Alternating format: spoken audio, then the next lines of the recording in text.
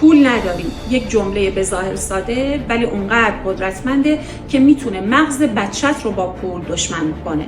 به عنوان یه روانشناس بهت میگم بهش نگو پول نداریم، نه برای اینکه واقعیت ها رو مخفی بکنی، به خاطر اینکه مغز اون این جمله رو مثل یک آدم بالغ تفسیر نمیکنه. برای بچه ها پول مساوی با امنیت و وقتی میشنوه پول نداریم بخش آمیگدال مغزش فعال میشه، همون بخشی که کار شناسایی خطر و آماده کردن بدن برای انجام واکنش‌های دفاعیه. پس میزان ترشح کورتیزول میره بالا، ضربان قلبمون تندتر میشه، تنفسمون سریعتر میشه و مجموعه اینها این حس ناامنی رو به بچه میده.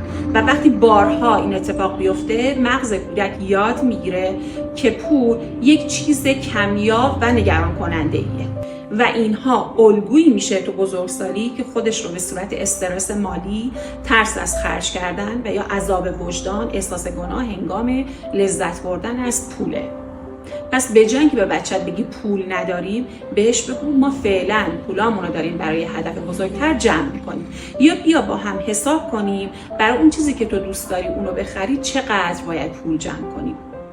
و وقتی اینجوری با بچه صحبت میکنی دوپامین تو مغز بچه ترشح میشه و این یعنی کودک میفهمه هدف و داشتن صبر هم برامون لذت بخشه. بچه ها با جملات ما دنیاشون رو میسازن. اینو همه مامان و باباها باید بدونن تا الگوی ناسالمی در مورد پول تو ذهن بچه هاشون ساخته نشه.